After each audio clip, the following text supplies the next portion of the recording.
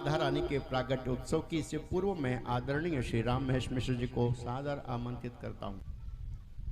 अपने विचारों को रखेंगे। राधा रानी हमारी पर रंग बरसे भजन से स्वागत करें हमारे राम महेश मिश्र जी का।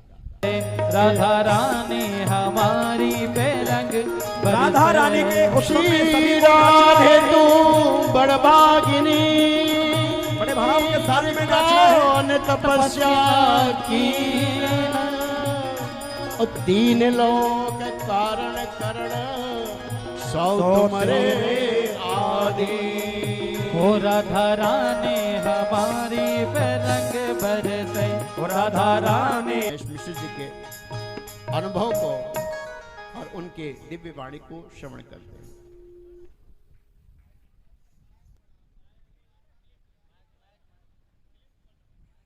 भारतवर्ष के हृदय प्रांत उत्तर प्रदेश की राजधानी लखनऊ के इस बड़े पवित्र तिलकेश्वर महादेव मंदिर के प्रांगण में अभी मैं समझता हूं 27 तारीख से चल रहे इस कथा महोत्सव में आज की संध्या के काल में उपस्थित हमारी सभी अपनी बहनों भाइयों प्यारे प्यारे बच्चों, मंच व्यास को व्यासपीठ को हमारा सादर नमन है, हार्दिक प्रणाम है। हम बोलते हैं, देश भर में जाते हैं, बोलते रहते हैं विभिन्न विषयों पर। आध्यात्मिक वक्ता हूँ, आध्यात्मिक विषय आध्यात्मिक मुलम्मा ही रहता है सामाजिक राष्ट्रीय विभिन्न भाषणों के बीच भी। लेकिन जब किसी व्यासपीठ से आदेश मिलता है कुछ कहना है तो शायद जबान लड़खड़ाने लगती है, पैरों में कुछ कंपन होने लगता है, क्या बोलें। क्योंकि यहाँ सुनने के लिए जो बहनें आई हैं, जो भाई आए हैं, वो व्यासपीठ को सुनने आए हैं। व्यासपीठ को हम सब लोग सुनेंगे। मैं 2-4 मिनट में बात पूरी करूँगा। सबसे पहले तो व्यासपीठ की महत्ता के विषय में, व्यासपीठ का जो महत्व है उसके बारे में कुछ पंक्ति कहूँगा कि ये जो व्यासपीठ है यह केवल लखनऊ के इस अंचल के लिए नहीं है। ऐसा नहीं है जहाँ तक कानों में आवाज़ जा रही है वहीं तक इस व्यासपीठ के संदेश पहुँच रहे हैं। ऐसा भी नहीं है कि केवल लखनऊ शहर के लिए व्यासपीठ के संदेश निश्चित हो रहे हैं। ऐसा भी नहीं है कि केवल उत्तर प्रदेश के लिए यहाँ से संदेश। सबका जीवन है, सबको जाना है, लेकिन ये संदेश रहते हैं। ये संदेश जो पूज्य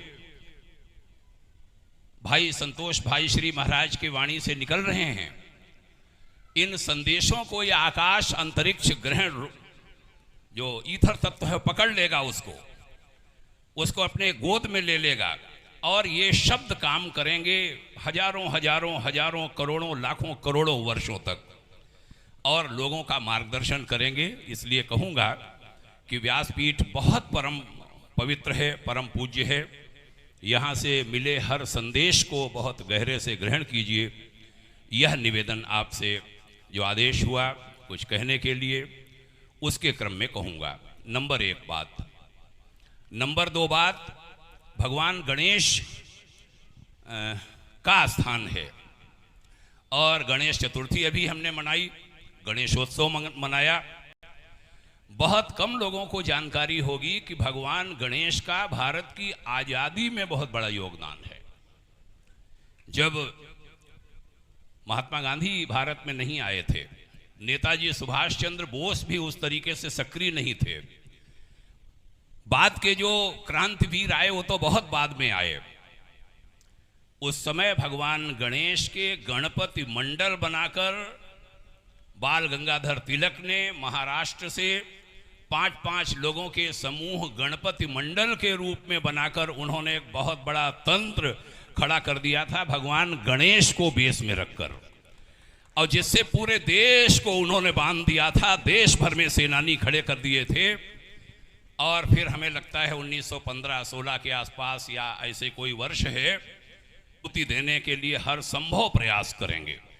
दूसरा निवेदन, बस एक निवेदन और करूंगा, 3 बातें कहकर वाणी को विराम। तीसरा यह कि जब अभी कथा हो रही थी, कथा का बार बार संदेश हो रहा है कि हम भीतर से निर्मल बने, भीतर से निर्मल। पीठ कह रही थी कि दुनिया भर के ईर्ष्या द्वेष ये वो जेठानी देवरानी वाली बात है कि परमात्मा भगवान विदुर और माता के घर पहुंचते हैं। क्या संदेश क्या है? संदेश यही है, हम आप सबको निर्मल बनना चाहिए। आज दोपहर की एक घटना सुनाकर बात पूरी करता हूं। घटना तो कल की है, लेकिन दोपहर को मैं वहां गया था। उत्तर प्रदेश के एक बड़े अधिकारी रहे, शंभुनाथ उनका नाम था। शेड्यूल कास्ट के घर में धोबी परिवार था उनका, वहाँ बड़े गरीब घर में पैदा हुए थे। IAS अफसर बने 1970 में। उनका कल निधन हो गया, डेथ हो गई, मृत्यु हो गई। आज मैं उनके घर पर गया था। वहाँ कुछ और IAS अधिकारी भी थे।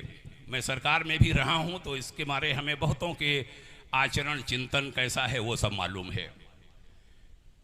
एक कोई ऐसे साहब भी बैठे थे जिन्होंने नैमिषारण्य के लिए, भाई श्री, बात है सीतापुर के DM ने एक बार प्रयास किया था कि 4 करोड़ रुपए नैमिषारण्य के लिए लाऊं। 1 करोड़ रुपए हमने शांतिकुंज से वादा करवा दिया था, और पूरे नैमिष को ये बात 30 साल पुरानी होगी कम से कम। 4 करोड़ 5 करोड़ की उस समय कीमत ज़्यादा थी।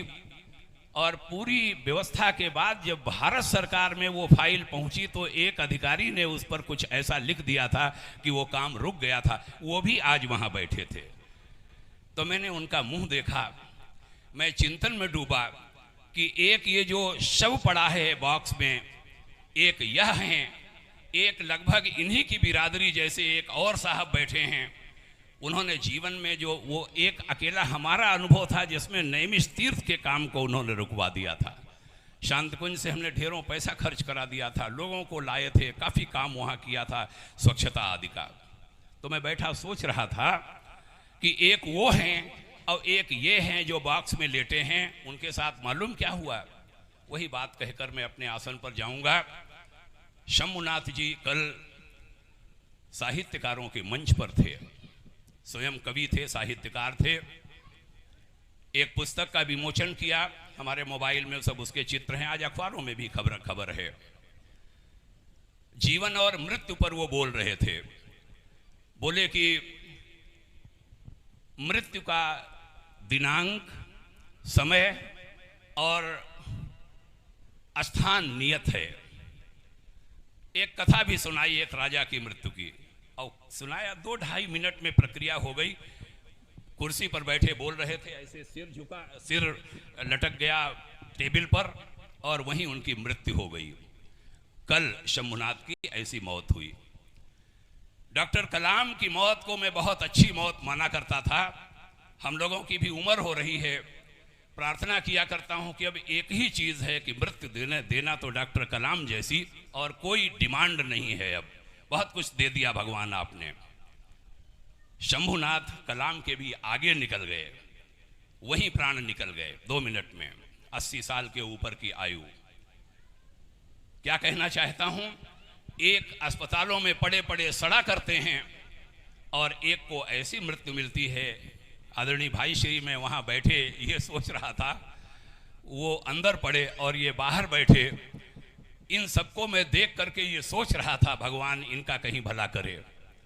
तो बड़े निर्मल मन के थे शंभुनाथ जी, बहुत प्यारे आदमी, हमारा बहुत प्यार था पुराना। तो खूब मंगल कामना। इस मंच से जो संदेश मिले वो ले जाइए, लोगों में बांटिए।